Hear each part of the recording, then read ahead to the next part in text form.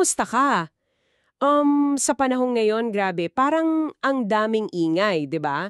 Ang daming demands, kaliwat kanan, parang laging may humahatak sa atensyon natin. Oo nga. Tapos madali talagang ma-distract. Minsan kahit gusto nating, alam mo yon, palalimin yung spiritual life natin, parang ang hirap humanap ng oras or ng focus. Totoo yan. Napansin ko rin yan sa mga material mo na binabanggit mo tong hamon na to. Paano ba mananatiling matatag, no? Sa gitna ng lahat. Oo, at naisip ko lang, paano kung yung sagot, hindi pala sa pagdagdag pa ng, alam mo na, isa pang to-do sa listahan natin. Paano kung ang kailangan pala ay pagpapalalim? Pagpapalalim. Interesting. Oo, yung pag-uugat mismo sa salita ng Diyos tsaka sa panalangin. Ito yung sisiri natin ngayon base dun sa mga pinadala mong sources. Magandang simula yan. At sakto, yung konsepto nga ng pagiging nakaugat or rooted, yun talaga yung sentro ng mga material mo. Malinaw na naghahanap ka ng pananampalatayang hindi lang ningas kugon. Oo, yung hindi lang sa umpisa mainit. Eksakto. Yung may tibay, may lalim, yung tatagal talaga. At ang maganda sa sources mo, binibigay yung theological na basehan, pero meron ding mga practical na gabay. Hindi lang puro ideya. Tama. Kaya yung mission natin ngayon, hindi lang i-recite kung ano yung nabasa mo, pero himayin talaga natin. Bakit ba critical tong pag-uugat? Tapos, paano ba to nagiging posible sa, alam mo yun, sa araw-araw na buhay? Tsaka ano yung mga posibleng pitfalls or balakid? Gagamitin natin yung sources mo? Parang mapa? Sige, game. Umpisahan natin sa puso nito. Bakit nga ba sobrang importante na maging rooted? Sige, ano bang sinasabi ng sources mo tungkol dito? Well, isa sa mga unang-unang lumulutang talaga ay yung malaking-malaking pagkakaiba nung pananampalatayang mababaw lang kumpara doon sa may malalim na ugat.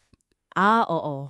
Yung mababaw, parang halaman lang yan na konting tagtuyot lang, konting malakas na hangin, bibigay na agad. Madaling masira. Oo, madaling matinag nung pagsubok, nung pagdududa, o kahit yung pagbabago lang ng pakiramdam. Alam mo yun, yung feelings.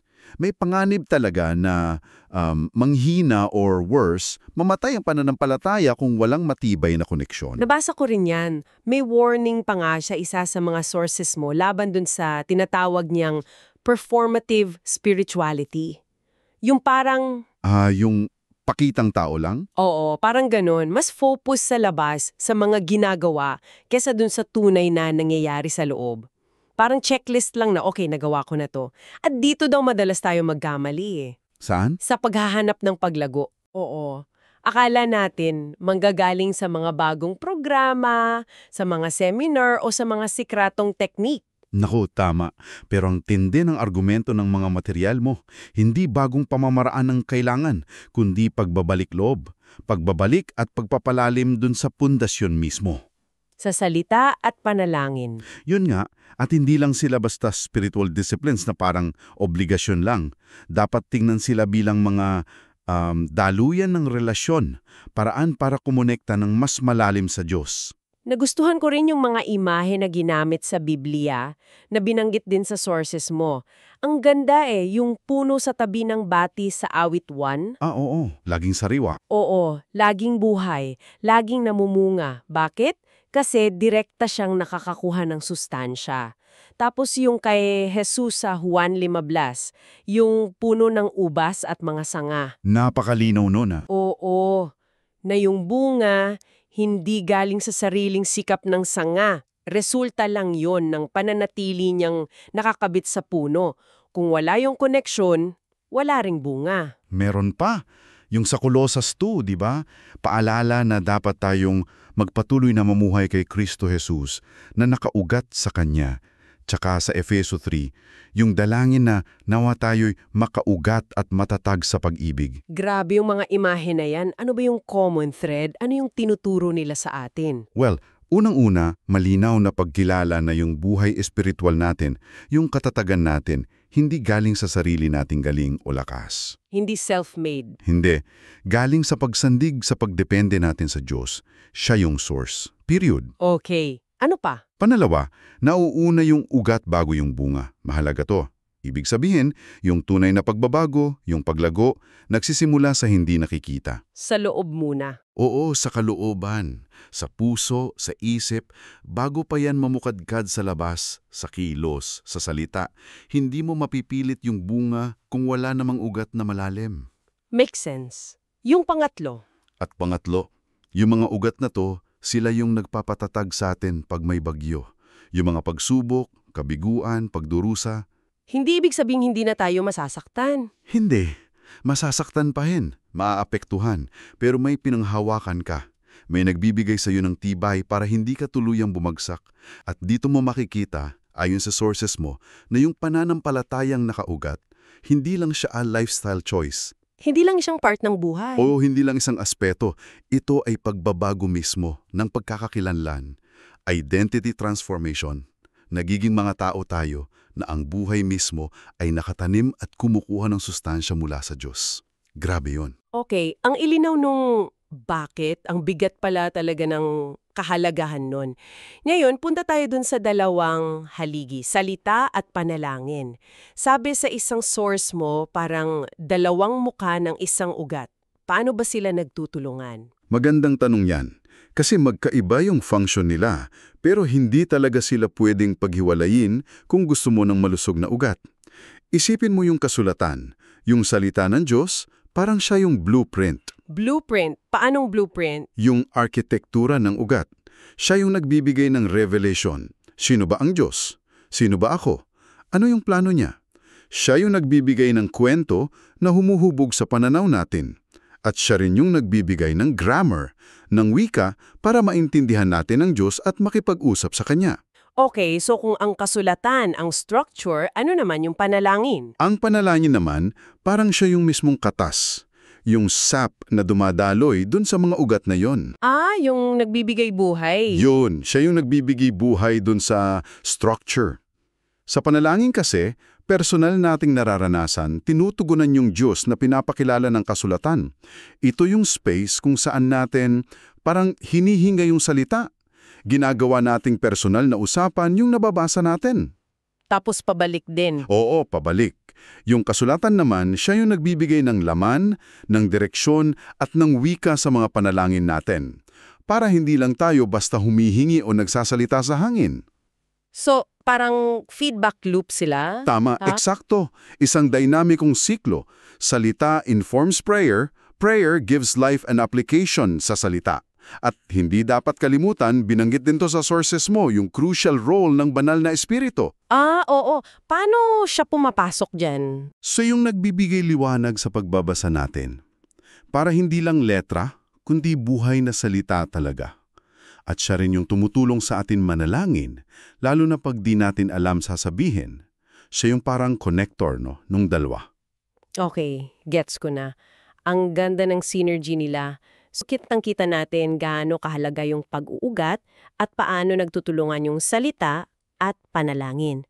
Pero ang tanong mo siguro ngayon, okay, ganda ng concept, pero paano ko to gagawin? Lalo na kung busy ako. Yun na nga. Dito napapasok yung mga practical na mungkahi mula sa mga material mo. Hindi lang to puro teorya. Mahalaga talaga yung mga practical na hakbang. Ano yung mga simple at doable? Ang isang magandang suggestion na nakita ko ay yung simulan sa simple at sustainable na daily rhythm. Hindi kailangang isang oras agad. Pwedeng 15 to 25 minutes lang sa umaga. May isang approach doon na parang simplified lectio divina. Lectio Divina? Parang ang lalim pakinggan. Paano yun i-simplify para sa mga nagsisimula pa lang? May ganun ba sa source mo? Meron. Simple lang yung proseso. Una, basa ka ng maikling sipi sa Biblia, Salmo o ilang verses sa Gospels. Dahan-dahan lang, pwedeng ulitin-ulitin. Okay. Tapos? Pangalawa, pansinin mo kung may salita o phrase na parang tumatak sa'yo, yung umulit-ulit sa isip mo. Pangatlo, magnilay ka sandali. Bakit kaya to? Anong mensahe sa akin ng Diyos dito ngayon? Parang personal reflection. Oo. Tapos, pang-apat, tumugon ka sa Diyos, kahit maikling panalangin lang, based dun sa pagninilay mo. Simple, pero grabe ang epekto pag ginawang regular. Gusto ko rin yung idea ng micro habits na nabanggit, yung ang liliit lang pero pwedeng isinggit kahit saan. Oo. Tulad nung breath prayers, isang maikling phrase lang o pangalan ng Diyos, sinasabay mo sa paghinga mo. Inhale, exhale. Pwedeng gawin kahit naglalakad o nasa traffic. Pwedeng-pwede. O kaya mag-memorize ng isang maikling verse kada linggo. Maliit na effort pero kumakapit talaga sa isip at puso mo yon. Okay. Pagdating naman sa mas structured na prayer time, ano yung mga suggestions? May mga simpleng balangkas na pwedeng makatulong, lalo na kung hindi mo alam saan magsisimula. Yung pinaka-common siguro, yung ACTS. ACTS. Paano yun? A. Adoration. Pagsamba, pagpuri sa Diyos dahil sa kung sino siya. C. Confession. Pagamin ng kasalanan, paghingi ng tawad. T. Thanksgiving. Pasasalamat sa mga biyaya niya.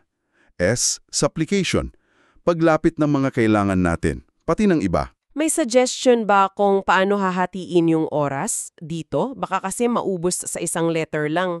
Oo, may simpleng template doon. Halimbawa, kung may 10 minutes ka, 2 minutes sa adoration, 1 minute sa confession, 2 minutes sa thanksgiving, 3 minutes sa supplication. Tapos, ito importante, may dagdag na 2 minutes para sa katahimikan, pakikinig. Yung listening part, madalas makalimutan yun, no? Oo. Madalas kasi ang prayer natin, dadalang tayo ng dada. Kailangan din nating bigyan ng space si Lord na mangusap o kahit maranasan lang yung presence niya. Hindi laging maingay. Magandang paalala yan. Tapos, hindi lang pala ito solo flight, binigyang diin din sa sources mo yung community. Nako, sobrang importante. Yung lingguhang sama-samang pagsamba, yung corporate worship, hindi lang yan tradisyon. Doon natin naririnig yung salita na pinipreach sa context ng buong community. Nakikiisa tayo sa iba, sa panalangin, sa papuri. Tapos, yung small groups. Oo, yung small groups or Bible study groups. Critical yan para sa mas malalimang discussion ng salita tsaka sa pag-share ng buhay. At para sa accountability. Yung may nagche-check sa'yo. Oo, yung may kasama kang sumusuporta sa'yo, nagpapaalala, hindi tayo ginawa para maging Kristiyano mag-isa eh. Kailangan natin yung isa't isa. Okay, at para lang sa mga gustong mas structured talaga, nabanggit din na may mga resources naman, no? Mga 30, 60, 90-day plans. Oo. Meron, hindi na natin kailangang i-detalye pero good to know na may mga tools na available para tulungan kang mag-build ng consistency. Hindi mo kailangang umimbento ng sarili mong sistema agad. Sige. Ngayon, syempre, sa kahit anong mahalagang gawain, meron ding mga posibleng pitfalls, di ba? Mga hadlang. Pag-usapan din natin yun based sa mga babala sa sources mo. Oo, mahalaga yan para maiwasan. Ano ba yung mga na-highlight? Una, yung panganib ng bibliolatry. Ano to? Ito yung parang tinatrato mo yung Biblia na magic charm o kaya libro lang ng sagot sa lahat, imbes na buhay na salita na naghahayag ng Diyos mismo. Paano may iwasan to? Isama mo lagi yung panalangin at pakikinig sa pag-aaral mo. Hindi lang information ang habol, kundi relasyon at transformation. Okay, pangalawa, legalismo. Ito yata yung common. Oo, yung mindset na yung mga ginagawa mong spiritual disciplines, basa, prayer, etc., parang kang kumikita ng points kay Lord o para patunayan mo gaano ka kabanal. Nagiging checklist na naman. Performance-based ulit. Yun nga, ang lunas daw, laging isendro sa biyara. Ginagawa natin to dahil mahal na tayo ng Diyos, bilang pasasalamat, hindi para bilin yung pagmamahal niya. Gets. Pangatlo, individualismo. Yung akala mo, sapat na yung ikaw lang at ang Biblia mo. Hindi mo na kailangan ng community. Delikado to. Pwede kang maligaw sa sarili mong interpretation o manghina pag mag-isa ka. Kaya kailangan talaga ng community. Oo, aktibong pakikilaok. Pang-apat, medyo related sa una, yung impormasyon na walang paghubog. Information without formation. Paano yon? Yung ang dami mong alam na teolohiya, uma-attend ka ng seminars, pero walang epekto sa puso mo, sa ugali mo, sa relasyon mo. Pulo-ulo lang. Paano ang lunas dito? Ayon sa nabasa ko, kailangan sadyang isama yung pag-aral sa mga gawain ng pagpapakumbaba, paglilingkod sa kapwa, katahimikan, tapat na confession. Ang goal, hindi lang malaman ang tama, kundi maging tama. Mahubog yung karakter mo na tulad ng kay Kristo. Grabe, ang husay ng mga paalalang yan. So kung magagawa nating iwasan yung mga bitak na yan at mapalago natin yung ugat natin sa salita at panalangin, ano na yung bunga? Bakit mahalaga to? Hindi lang para sa sarili ko, kundi sa mas malawak na picture. Dito na natin makikita yung so what ng lahat ng to. Yung mga resulta, hindi lang pansarili. Unang-una, syempre, nandyan yung personal na katatagan. Resilience. Yung tibay sa gitna ng problema? Oo, pag may krisis, may mas malalim kang balon na huhugutan ng pananampalataya, ng pag-asa. May kwento kang pinanghahawakan na nagbibigay kahulugan kahit sa hirap. Pangalawa, sa moralidad at karakter daw. Tama. Yung regular na pagbabad sa salita, hinuhubog niyan yung konsensya mo, yung values mo. Yung panalangin, tinutulungan kang i-align yung mga gusto mo sa gusto ng Diyos. Nagiging mas mapagmahal, mapagpatawad, mapagpasensya, matuwid. Hindi perfect, pero may pagbabago, may proseso. Nababawasan yung awayan, tumitibay yung pagkakaisa, mas healthy yung community. At pang-apat, yung pampublikong patotoo or public witness. Ito yung medyo hindi laging napag-uusapan. Paano ba to? Hindi ito yung pagiging magaling lang makipag-debate tungkol sa religion, ha? Hindi pala. Akala ko yun eh. Hindi. Mas tungkol to sa kung paano mo isinasabuhay yung faith mo sa labas ng simbahan, sa trabaho mo, sa pamilya, sa pakikitungo mo sa lipunan. Yung taong tunay na nakaugat, nagiging asin at ilaw talaga. Nagpapakita ng integrity, katarungan, compassion, paglilingkod. Naaapektuhan niya yung mundo sa positibong paraan. Hindi lang private piety, public relevance din. Ang ganda ng kwento ni Ana sa isa sa mga material mo. Pwede mo bang i-share sandali? Parang binibigyang buhay niya lahat ng to eh. Oo, si Anna. Naalala ko, inilarawan siya na isang batang professional. Maraming worries, medyo may doubts pa nga sa faith, pero nag-commit siya sa maliit na hakbang. 15 minutes every morning, basa ng Bible, prayer, gamit yung isang simpleng guide. Tapos, anong sabi niya? Madali ba? Sabi niya, nung una, parang ang mechanical. Parang tinechecken lang niya yung box. Alam mo yan? Oo, yung parang requirement lang. Pero anong nangyari? Paglipas ng ilang linggo, ilang buwan, unti-unti niyang napansin yung pagbabago. Yung mga verses na binabasa niya, sinasaulo niya, parang biglang pumapasok sa mga desisyon niya sa work, sa mga reaksyon niya sa stress. Nagkaroon ng epekto. Oo. Tapos, nung dumaan siya sa malaking pagsubok na walan yata siya ng trabaho, nagulat siya sa sarili niya. Hindi siya naging exempted sa sakit, sa takot, pero meron siyang panloob na lakas, panloob na kapayapaan na hindi niya nararamdaman dati. Wow! Sabi niya, parang may ugat na siyang humahawak sa kanya ngayon. Yung simpleng ritual noon, naging tunay na relasyon na nagpabago sa kanya mula sa loob. Magandang picture yon ng transformation na posible pag nagsimula tayong magpatubo ng ugat. Grabe! Salamat sa pag-share niyan. Nakaka-inspire nga. So, para i-wrap up natin yung napag-usapan, yung pinakamensahe talaga mula sa mga material mo ay ito, yung pananampalatayang buhay, matatag, namumunga. Kailangan talaga ng sadyang pagpapalalim, pagpapaugat sa salita at panalangin. Hindi to magic. Hindi otomatiko. Oo, isang paglalakbay na kailangan ng intensyon, ng practice. Tama. At para sa iyo na nakikinig ngayon, alam namin, naiintindihan namin kung bakit ito mahalaga sa iyo. Baka nararamdaman mo yung mga hamon na binanggit natin. Baka naghahanap ka ng faith na hindi lang pang Sunday. Pang-araw-araw. Oo, pang araw-araw. Isang faith na makakapitan mo pag may bagyo. At isang faith na nagdudulot ng tunay pangmatagalang pagbabago. At bilang pangwakas na hamon sa iyong pagninilay, iiwan namin sa iyo itong tanong galing pa rin sa mga ideya sa sources mo. Kung yung pananampalataya mo ay parang puno, anong klaseng ugat kaya yung pinalalago mo yon? Malalim ba?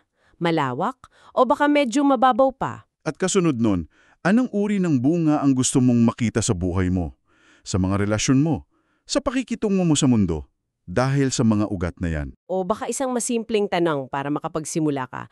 Anong isang maliit na hakbang, kahit gaano kaliit, ang pwede mong gawin simula bukas para palalimin yung pag-uugat mo sa salita at panalangin? Hindi kailangan malaki agad. Hindi kailangan perfect. Ang importante, simulan mo lang yung pagpapalago.